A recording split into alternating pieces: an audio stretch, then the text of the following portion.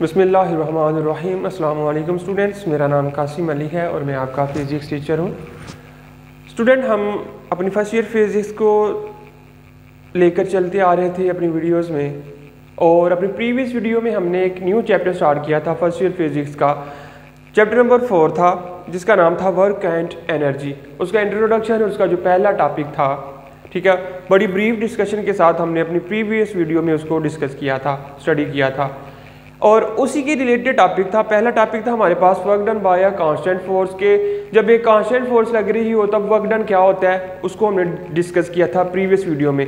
और इसी के साथ लिंक्ड टॉपिक, इसी के साथ मिलता जुलता टॉपिक, पहले था कांस्टेंट फोर्स। अब हमारे पास जो टॉपिक है उधर आपके पास आ रहा है वेरिएबल फोर्स, कि जब जो फोर्स है वो चेंज हो रही हो, ठीक है। कांस्टेंट फोर्स का मतलब कि सारे के सारी फोर्स जो है वो एक जैसी लगे, चेंज ना हो, कम ज़्यादा ना हो। लेकिन इस केस में जो हमारे पास वेरिएबल फोर्स है, इसका मतलब ये होता है कि जो फोर्स है वो चेंज हो रही है, ठीक है। उस वक्त जो वर्क डन होता है वो वर्क डन कैसे आएगा, क्या होता है, इसको आज हमने अपनी इस वाली वीडियो में डिस्कस करना है। तो स्टूडेंट कहते हैं, in many cases the force is not constant but it varies in magnitude or direction or in both। in many cases कि बहुत सारे केसेस ऐसे होते हैं जहां पर जो फोर्स है वो कांस्टेंट नहीं होती, ठीक है, वो वेरी करती है मैग्नीट्यूड के लिहाज से, डायरेक्शन के लिहाज से, या दोनों के लिहाज से। इन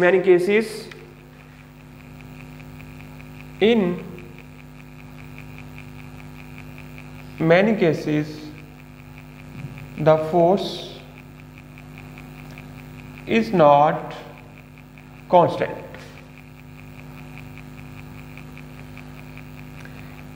It varies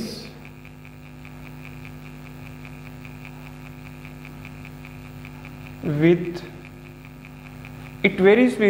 displacement, it varies with magnitude or direction, varies with magnitude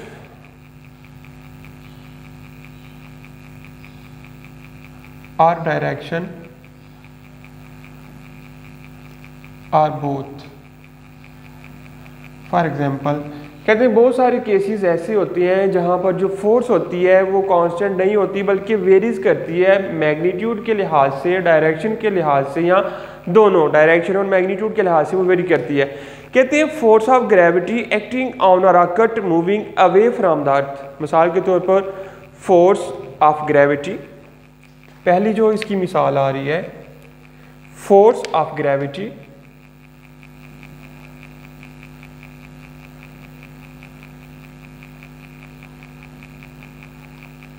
acting on a rocket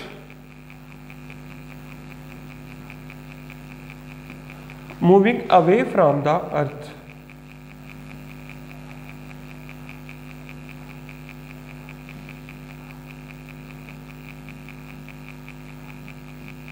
ठीक है, कहते हैं कि जब रॉकेट ज़मीन से दूर जा रहा होता है उस वक़्त जो उसके ऊपर फोर्स लगती है वो कांस्टेंट फोर्स नहीं होती, बल्कि वो जो फोर्स होती है वो वेरिएबल फोर्स होती है। उसकी जो फोर्स ऑफ ग्रेविटी है वो वेरिएबल फोर्स होती है, उसकी डायरेक्शन की वजह से या उसके जो मैग्नीट्यूड की वजह से उसमें कोई ना कोई चेंज ज़रूर आ रहा होता है। फिर कहते हैं force exerted by spring increasing by the amount of stretch. Force exerted by spring, force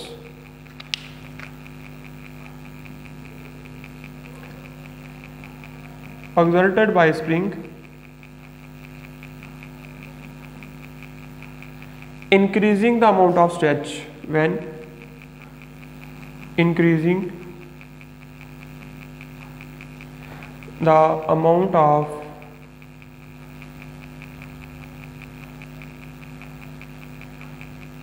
stretch। कि जब आप स्प्रिंग के एक स्ट्रेच कर रहे हैं, ठीक है, स्प्रिंग को स्ट्रेच करते करते आपने जो स्ट्रेच की जो अमाउंट है उसको बढ़ा दिया, ठीक है, स्ट्रेच को बढ़ा दिया, तो उस वक्त जो स्प्रिंग फोर्स लगाएगा वो जो फोर्स होगी वो भी वेरिएबल फोर्स नहीं होगी, बल्कि वो कांस्टेंट फोर्स नहीं होगी बल्कि वो वेरिएबल फोर्स होगी, ठीक है। कहते हैं मिसाल के तौर पर एक एग्जांपल लेते हैं, let us consider the path of particle in x y plane from point A to B as shown in figure. Suppose कहते हैं कि आप एक डिस्कस करें कि आपके पास एक्स वाई प्लेन में एक इस किस्म का आपके पास की पाथ आ रहा है, ये पॉइंट बी आपके पास, ये पॉइंट ए आपके पास, और इस पाथ को कहते हैं डिवाइड कर दिया हुआ है डिफरेंट पाथ में, ठीक है।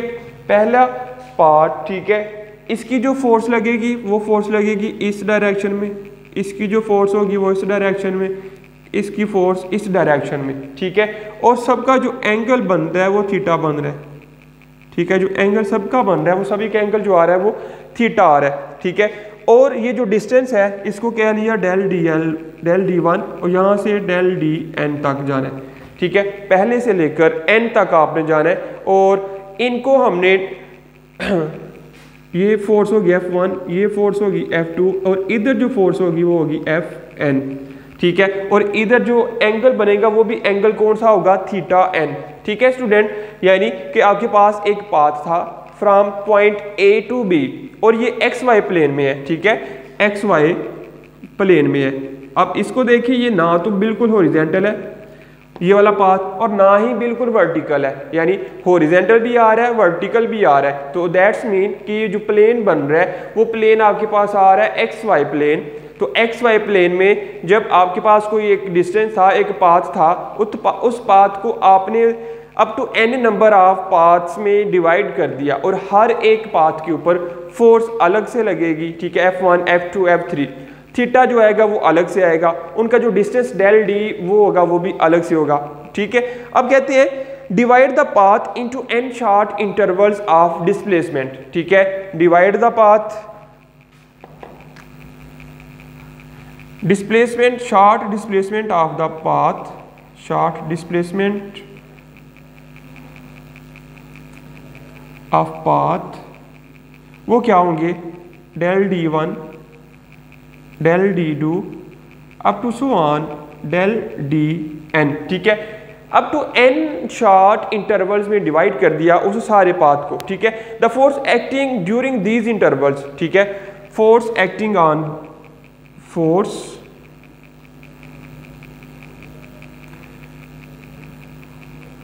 फोर्स एक्टिंग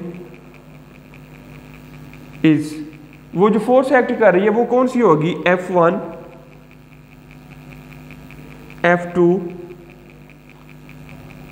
ठीक है, F3 up to so on Fn तक, ठीक है। यानी हर पार्ट के ऊपर, हर इंटरवल के ऊपर जो फोर्स लगेगी वो अलग से लगेगी। डेल डी वन आपने पोर्शन लिया है, ठीक है, इंटरवल लिया है डिस्प्लेसमेंट का, तो उसके ऊपर जो फोर्स लगेगी वो कौन सी फोर्स लगेगी, F1। डेल डी टू लिया है तो उसको जो फोर्स लगेगी वो F2 लगेगी। अब इसी तरह कहते हैं this force is considered to be approximately constant for each interval of displacement, ठीक है, कि ये जो फोर्स लग रही है इसको अप्रॉक्सीमेटली कांस्टेंट कंसीडर किया जाता है, जा सकता है हर एक इंटरवल के लिए। कहते हैं so work done for the first interval is, work done for the first interval is, work done for first interval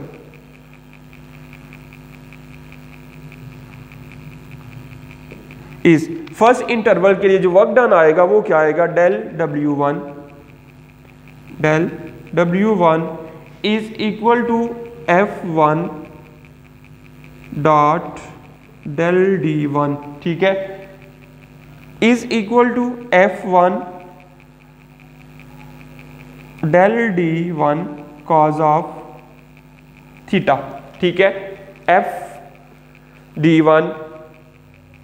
F1 cos theta 1 del D1, या इसको आप ऐसे भी लिख सकते हैं। उसके बाद सिमिलरली, ठीक है, बाकी सारे जो पार्ट्स हैं वो भी इसी तरह आएंगे। Similarly del W2 is equal to F2 del D cos theta, ठीक है। सारे पार्ट्स आपके पास इसी तरह आएंगे अप टू n तक, ठीक है। फिर डेल WN अगर हम जाएं डेल WN तक, del WN is equal to Fn del DN साथ आ जाएगा कॉज ऑफ थीटा।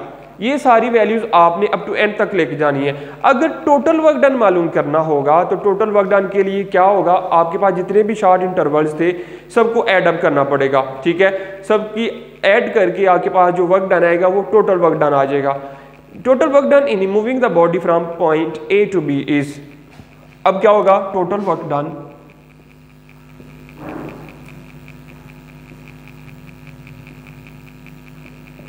ठीक है। जो टोटल वर्क डन आएगा वो क्या आएगा, W is equal to del W1 plus del W2 plus up to so on del Wn। अब W तो एज इट इज आ गया, del W1 का आंसर था F1 del D cos of theta plus F2 del D del D2 cos of theta plus up to so on plus Fn del Dn cos of theta. इन सबको आपने add up किया तो आपके पास ये answer आ जाएगा। अब कहते हैं अगर इनको समीशन की फॉर्म में लिखना चाहें तो समीशन की फॉर्म में आप कैसे लिख सकते हैं, और W is equal to sigma F del D cos of theta, ठीक है। यहाँ F cos of theta del D, F आ जाएगा I, del D भी आ जाएगा I। तो इधर से जो I की वैल्यू है, I is equal to from 1 to लेकर n, ठीक है। 1 से लेकर n तक जा रही है, ठीक है। I की जो वैल्यू है वो कहाँ से है, 1 से लेकर अप टू n तक, ठीक है।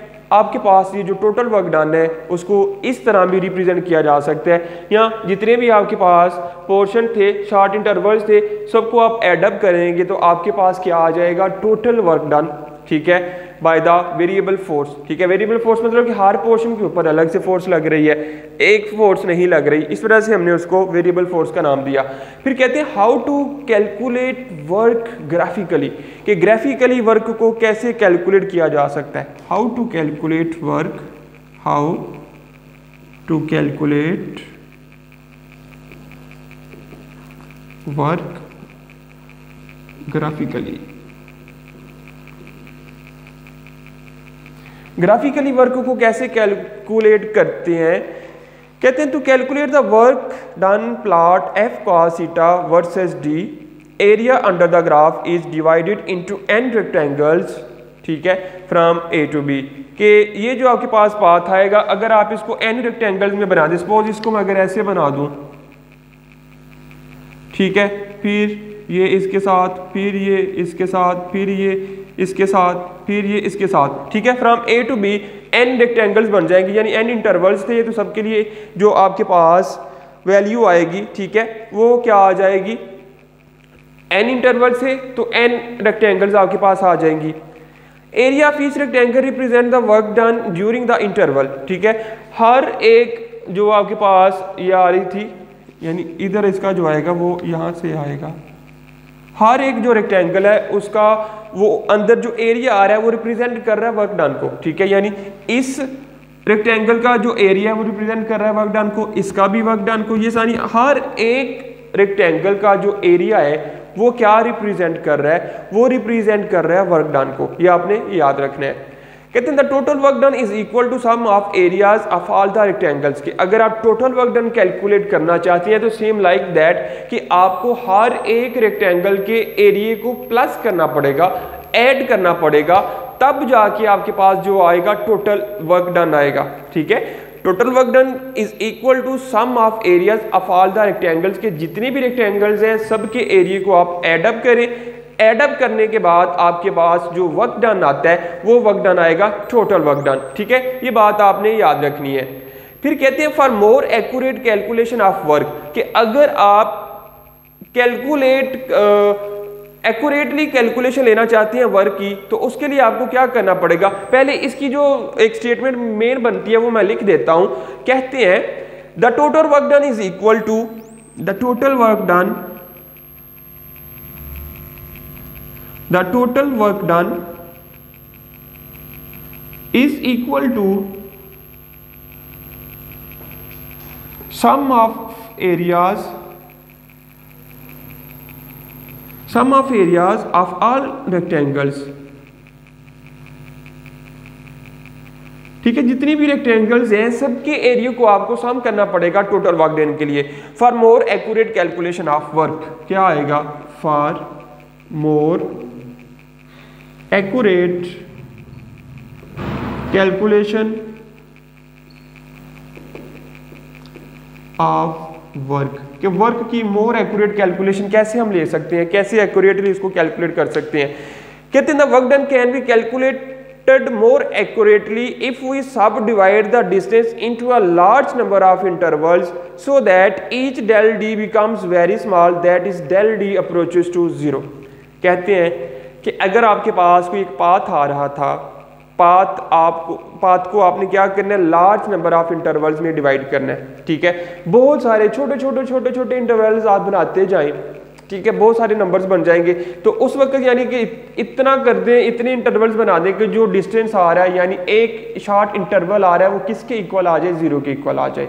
इतने इंटरवल्स में आपने पाथ को डिवाइड करना है, यानी बिल्कुल छोटे छोटे पाथ बनाते जाना है। तो उस वक्त आपके पास जो डेल डी है इतना आए कि जो डेल डी का आंसर है वो अप्रॉक्सीमेटली इक्वल टू 0 होना चाहिए, तब जाके आपके पास एक्यूरेटली वर्क कैलकुलेट किया जा सकता है, ठीक है। अब कहते हैं in this case the total area of rectangle is equal to area under का F cos theta versus D graph, ठीक है। तो स्टूडेंट्स ये आपके पास था लिमिट, आपने इसमें आपने क्या करना है, जो आपके पास फार्मूला आ रहा था W is equal to limit del d approaches to 0, फिर आपके पास आ जाएगा sigma I is equal to 1 से लेकर n F i cos of theta del d i. तो इस केस में आपके पास स्टूडेंट जो आंसर आएगा वो एक्यूरेटली आएगा। तो ये था आपके पास टॉपिक, एक मुख्तसर सा टॉपिक था, इतना लेंथी नहीं था और इतना मुश्किल भी नहीं, सिंपल सा टॉपिक एक जिसका नाम था work done by a variable force. I hope कि आप इसको समझ भी पाए होंगे। तो स्टूडेंट्स मिलते हैं हम अपनी नेक्स्ट वाली वीडियो में अब एक नेक्स्ट टॉपिक के साथ, तब तक के लिए मुझे इजाज़त दीजिएगा। अल्लाह हाफिज़। वीडियो पसंद आई तो लाइक करें, अपनी राय कमेंट करें। ऐसे ही मजीद वीडियोस के लिए हमारा चैनल सब्सक्राइब करें और बेल का आइकन दबाएं ताकि आपको हर वीडियो का नोटिफिकेशन मिलता रहे।